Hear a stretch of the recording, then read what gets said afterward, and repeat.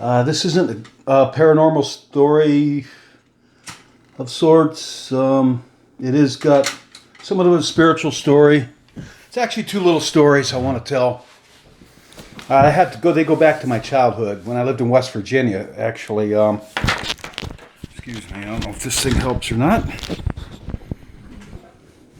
I tend to talk really loud, and I could blame it on I have some hearing loss from my Army years. That's what happens when you're a machine gunner and your tanks and all that. You can expect some hearing loss.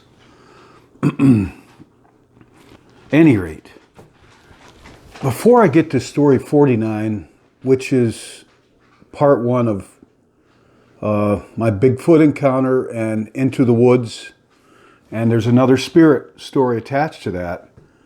Part one, story 49, Into the Woods, Bigfoot. But then part two will be my second encounter with this entity.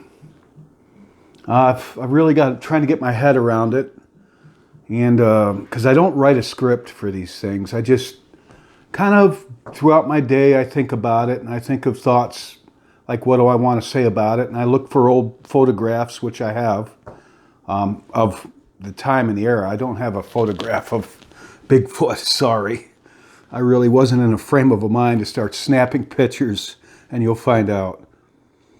So I'm kind of ruminating over that whole story, 49 and 50, both of them.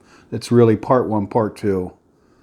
First encounter and another spirit story, and then part two, the second encounter, which was quite remarkable in ways.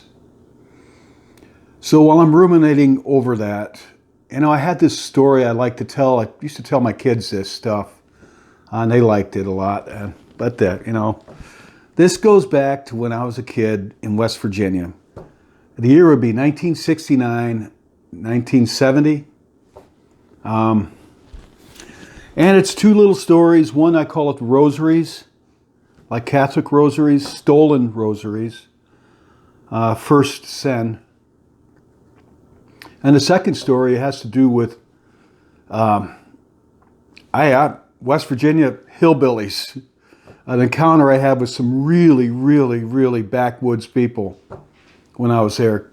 And I'm not knocking backwoods people because my family has lived in that area for many generations, and they did not like the word hillbilly, right? It was a derogatory word to them. So if I offend anybody, please forgive me. I myself am quite proud of my Appalachian roots, and through my mother's side, the Wootons.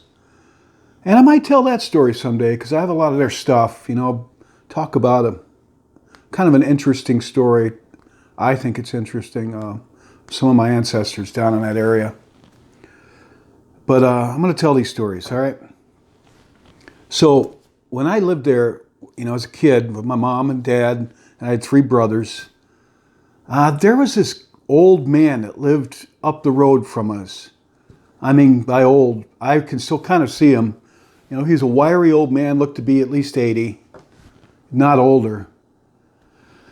And my brother and I used to go see him and just visit, and people used to do that, Everybody wasn't always, oh, don't go there, they're probably a pedophile.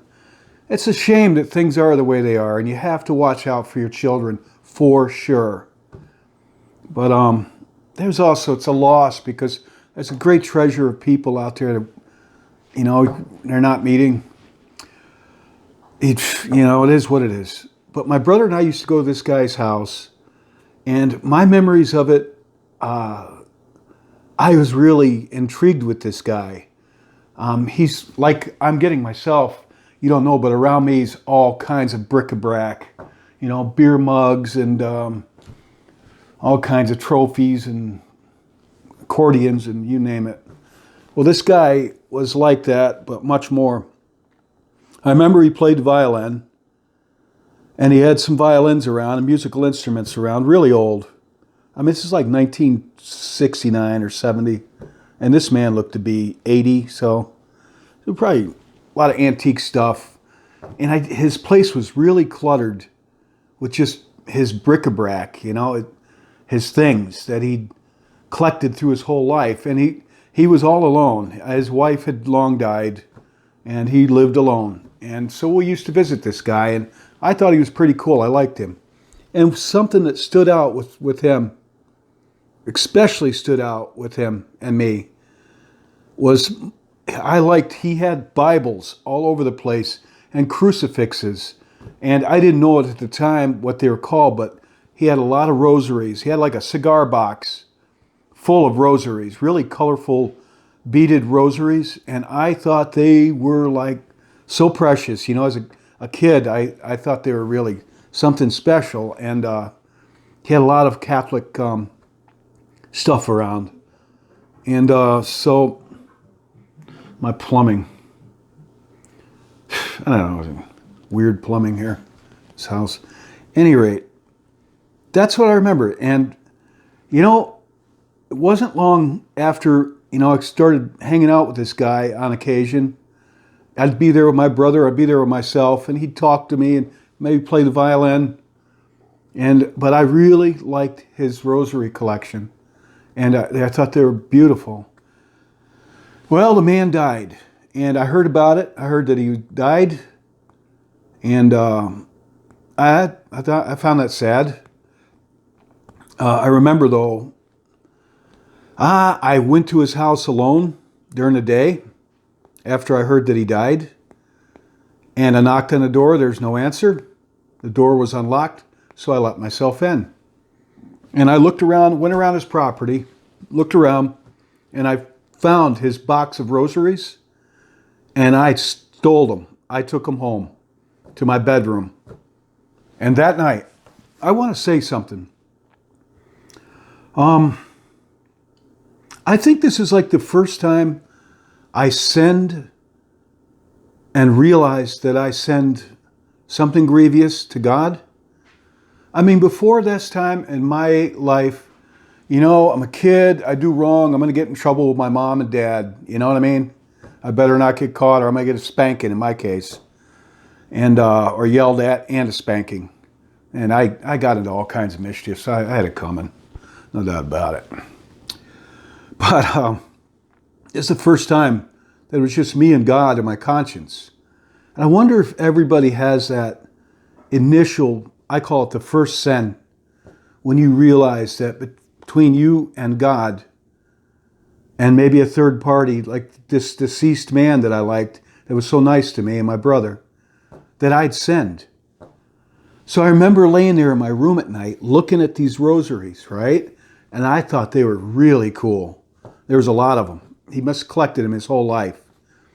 And I looked at that man on the cross on these rosaries. And something in me just said, I did something bad. I don't remember my thoughts. But I remember feeling convicted enough that I snuck out of my bedroom that night. And in the nighttime, in the dark, went back to that man's house, let myself in, and put him right exactly where I took him from. All of it. Then left again. And that took a lot of courage on my part. Because I was afraid of the dark as a kid. Most are. But I took care of it right away. I didn't wait another hour. I snuck out at night and took him back, put him back. So I thought that, to me, that's kind of special because I think that was the first time I ever felt it in my soul, conviction, that I'd done something I shouldn't have done. And I had to correct it. All right. Anything else to that?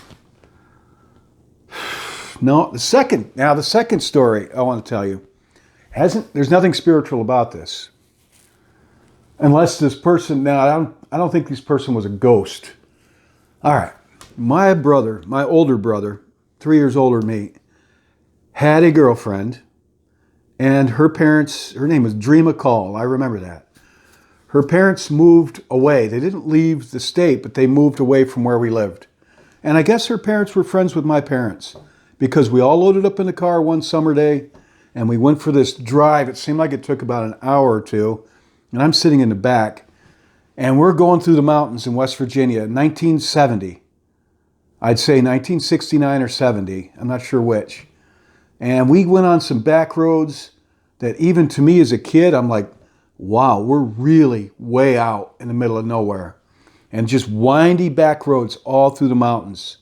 And it was just a tedious long drive, being a little kid stuck in the back seat, you know. I remember that. And then we wound up on windy dirt roads going through the mountains. No houses anywhere, just mountains, you know, rural Appalachian from that time period. And I remember suddenly, finally, we came out into a clearing of all these mountains, you know, green mountains, and a valley that had a grassy valley that had about, I'm just thinking in my mind, 12, maybe 12 houses, old houses, nothing fancy. And so we got to Dreama's parents' house where they all lived. And me being a kid, you know, we all start to play, my brothers and their family, we're all kids, you know, and there's no video games back then. So just running around, exploring the place, and I couldn't believe how rural this place looked. I mean, I was like, couldn't believe it. Even when I was a kid, I thought it was hilarious, right? If any of you have ever seen the old horror movie series, Wrong Turn, like Wrong Turn 1, Wrong Turn 2, Wrong Turn 3, I think they had like 5 or 6, maybe 7. Wrong Turn, it's all about these like, these creepy people live in areas that, you know, out very remote, hidden places in the Appalachians. And I'm not putting down Appalachian people. Again, I'm very proud of my Appalachian roots. And I live in Appalachia still. The mountains here in New York State are part of that mountain range. So, all right. So, one thing I noted in Dreama's house, and this is summertime, and this is about the year the Beatles came out with their White Album. I think it was after Sgt. Pepper's Lonely Hearts Club Band. Trying to put it in some perspective for you old timers. I think the Doors and Janis Joplin, I think they had about, that was probably their final year, close to it. That's my washer, if you hear that. I'm putting it in perspective, you know, the moon landing. So anyway, Vietnam was still going on, winding down. And so I'm in her house, right? And I'm sitting on the couch with Dreama. We're watching TV, you know, in the living room. One thing I noticed about their house was they had taken their back door right off the hinges. And they took their front door right off the hinges. There was no door, no screen door in or out of their place. They were taken off the hinges. And I remember sitting there, and a horse walked in their back door and into their kitchen. And I'm shocked. And I'm waiting for somebody to do something. Nobody did anything. Kids we're all just sitting there like nothing happened. Then the horse slowly walks into the living room, right in front of us on the couch, right? And the front door is like right there, back door would be there. This horse walks into the living room and stops between us and the TV. Only then did somebody get up and shoo the horse off, and the horse went out the front door. And we went back to watch TV. So the horse wasn't blocking our view of the TV, the horse, right? Full-grown horse. Walks in their back door into their kitchen. And I'm waiting for somebody to let out a shriek, you know? Nothing. Then it moseys in and blocks our view of the TV. Then somebody got up, get out of here, get out of here. Thing went out the front door. All right, that story ain't done yet with that. My older brother Ray and I, we decided to go for a walk and explore the woods together, right? And we're surrounded by woods and hills and very rural area. No cities or towns other than this little hamlet, whatever it was, enclave. So we're walking through the woods, and somebody's dog, you know, dogs with kids, somebody's dog attached itself to us from that area and followed us out into the woods. I remember that. I thought it was cool. Our little friend, our dog, he's following us around through the woods. Well, we're in the woods in a place, there's no trails and no roads. And I know it, you know, I lived on hills and I looked for things like footpaths. I didn't see any. No roads, nothing. And there was an old derelict barn and house out in the woods. I mean, out a ways in the woods. The barn was pretty well almost fallen in. So we went in the barn looking around for things. And again, the whole place looked abandoned. Again, no roads, paths, no cars, nothing. This place is just overgrown out in the middle of nowhere. So we're farting around in the barn, breaking things, boards. I remember we were playing like tough guys. My brother Ray, pretty strong guy, and he says, watch this. And there's like a barn wall, and we were laughing about how rotten the wood was, right? And he go, put his fist right through it, and then, and I kind of got into it now with my hands, but started like putting my foot through the wall and just breaking old boards and stuff, And then we went up to the house, right? And I remember it was this big house. I think it used to be white, 2-story house, what I remember. Now the photographs that I'm putting on here are stock. They're not photographs I took. I did not take pictures when I was that age, unfortunately. Neither did my brother. So they're just pictures I got, off the web. Any rate, we go up to the house and we're at the front door. We're about ready to go into the house, which for all the world looked totally abandoned and left for Mother Nature to reclaim. My brother Ray, doing his stunt, put his fist right through the wall in the front of the house by the door, and we're laughing. I'm thinking it's funny as heck. I'm laughing. The door opens up, and in front of us, right in front, about from me to the camera, where you're looking at me, is an old, skinny old woman, and nothing but a white dress, gray-haired old woman, real thin, in a white dress, long white dress, down to her ankles, kind of. And she's got a rifle in her hand. It looked like an old cowboy, like a lever action rifle, like a Winchester, or, looked like a really old cowboy gun, lever action. And I forgot what she said, but she said something to us like, you get the bloody blah out of here or something. I don't remember what she said, but she said something, and we took off running. My brother Ray and I and this dog followed us, and she started banging off shots at us. And I looked back, I could see her on the porch aiming, shooting at us. And we're running beeline back the way we came, and I could hear bullets buzz by me. In my life, I have heard bullets fly by me. Pistols, rifles, shotgun once, and machine gun bullets. Even at that age, it sounded like it was a low velocity. A machine gun bullet or high powered, you'll hear it crack. Then you hear the rapport. If you get shot with some of these high powered guns. Hey, hold on. My dog's getting into the garbage. Chicken bones in there. Get out of there. Sorry. Can't have him getting into those chicken bones. Come on, get. Oh, I'll get you a snack when I'm done. All right, where was it? Yeah, at any rate, we're being shot at, all right?